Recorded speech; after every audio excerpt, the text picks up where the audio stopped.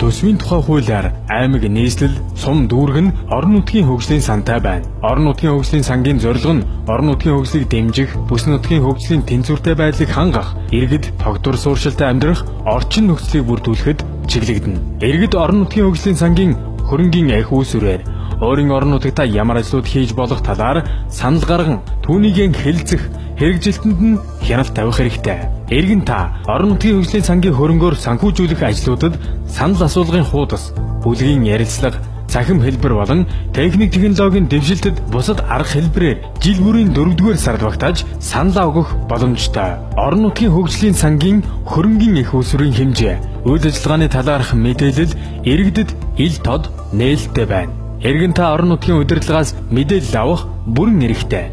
Иргэдийн оролцоотой хяналтыг сайжруулснаар орон нутгийн хөгжлийн сангийн хөрөнгийн эх үүсвэрээр хийж буй ажлуудын үр ашгийг нэмэгдүүлнэ. Иргэн та орон нутгийн хөгжлийн сангийн бүхий л үйл ажиллагаанд хяналт тавьж оролцоорой.